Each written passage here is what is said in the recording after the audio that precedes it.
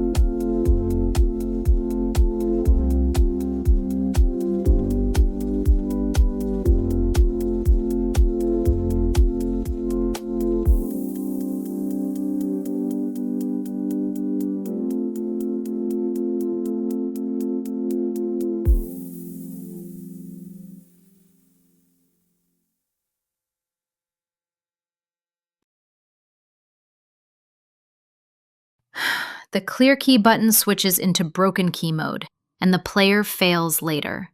Good. That points toward key mismatch or decrypt failure.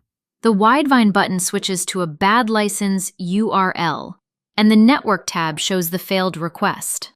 Exactly. That is not a decoder problem. It is license URL, headers, auth, or matched content configuration. Then I click back to normal, and the page recovers. Perfect. That is the whole debugging habit. Break, classify, recover. So the error text is not the whole story. Exactly. The timeline matters. First, check whether the browser supports the key system, then whether PSSH is present, then whether a license request is sent, then whether playback decrypts. Perfect. That is the DRM debugging ladder. And that closes the DRM Fundamentals module. Yes, you now know the map, the keys, the signaling, the license flow, and the main failure classes.